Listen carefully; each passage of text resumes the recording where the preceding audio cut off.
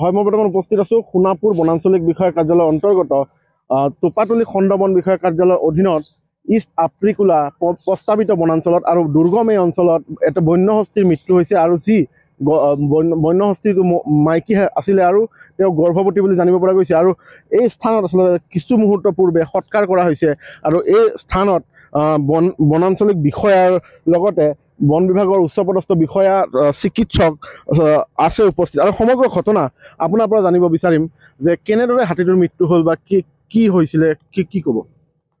আজি আমি ৰাতিপুৱা মানে সোণাপুৰ বনাঞ্চলিক বিষয়ে আমাক খবৰ দিয়ে মই এছিয়াত আমি ৰাতিপুৱা 9টা বজাত আহোঁ আহি দেখা পাওঁ হাতীটো আজি 20 দিনমান আগত মৰিছে হাতীটো আৰু অলপ মাংস কাটি নাচিন আছে আৰু হাতীটো বহুত পচি গৈছে আৰু সুদডালো কাটা আছে কাটিলেও সুদডাল মানে মাংস কাটাৰ কাৰণে কাটিছে আৰু এইটো সন্দেহ হয় চিকাৰী মানে মাংসৰ কাৰণে মানে কাটিছে এইটো।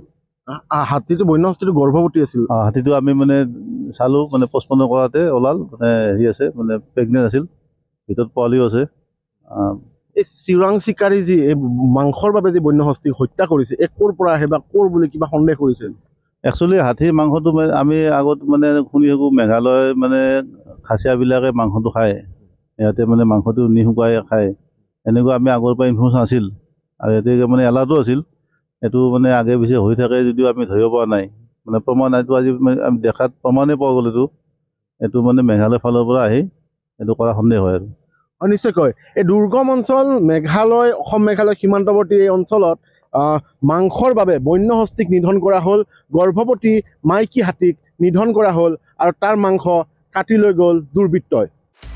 আপুনি বিচৰা বাতৰি পাব কেৱল নিউজ 18 এপত। নিউজ 18 এপ ডাউনলোড কৰিবলৈ স্কেন কৰক এই QR কোড।